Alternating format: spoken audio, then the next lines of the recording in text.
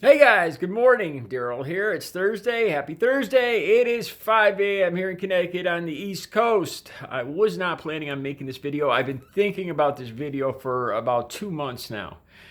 And as I couldn't think of a solution though of what I'm going to talk about, I was hesitant to do the video. Like I said on this channel, I don't like to just complain about things. I want to debate, come up with debate solutions. As I always say, criticism without suggestions, without constructive criticism is just really whining. Here in Connecticut, 71% of the deaths, I believe they're over 4,000 right now, 71% were from nursing homes. We've lost a huge slice of our oldest generation. Like being a big babe, the big baby that I am, I've probably told you guys already that I've been sick the last 2 or 3 days, and I've been here all by myself. And it sucks, man, being sick and alone with no support. How do you go get medicine at the store? But anyway, I don't want to trivialize what I'm going to talk about, though, because my experience is shallows in comparison to what I'm going to talk about. What bothers me is these elderly people in the nursing homes dying alone without their family. We need to do something about this, and we need to do it immediately. Immediately. I don't know. I don't know if it means erecting entire glass partitions, suits. I don't know, but we can't have all these 71%. That's got to be 2,500 elderly people died in nursing homes here in Connecticut without their families there to say goodbye, without their families there to give them a kiss, to touch their hand, to be there, to see their faces one last time. If that was my family, it would kill me to know that my family is alone and is going to die alone.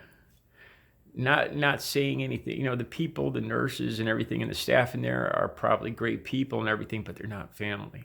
They're not somebody you've known since birth. We really need to work on this. And the reason I hesitated to make this video is because I couldn't think of a solution. I didn't want to just sit here and complain, this social distancing is unfair. I didn't want to be one of those people. But the situation is intolerable.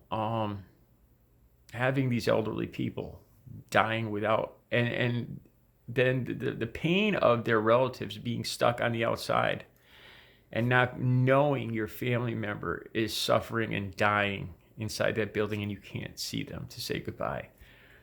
That's not doable.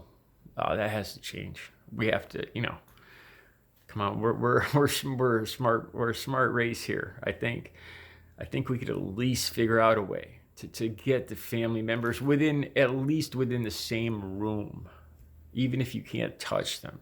Just to make eye contact, to make verbal contact, eye and verbal contact would at least be a huge step. I think the last time I had to face this was watching my father die of brain cancer when I was 9, and it was one of the most brutal and horrific things I ever saw at my entire life, let alone at 9 years old. When my father did die, I was relieved because to me, he had left a couple months earlier. But it gave me closure. It gave me closure. It gave that 9-year-old what life is, life and death. And I was glad I was able to say goodbye.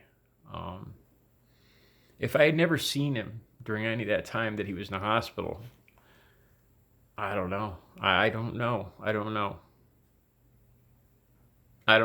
But I'm glad I did. So yeah, this is the situation now that relatives cannot even go in the building. They have to stay outside the window.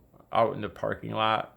They've even, I mean, you have to give people credit because some of my relatives work in this kind of nursing home environment, and the family members have gotten cherry pickers and gone up in the cherry picker to wave in the window or from a distance. But we could do better than that. We have to. I mean, think about it. You know, if it was your mother, your father dying, I can't imagine it. We gotta come up with something, regardless of cost or whatever. This is not permissible to have our older people die, our older relatives, our kin die without us, not being able to say goodbye face to face. It's not who we are. We have to do better. All right, you guys have a good Thursday.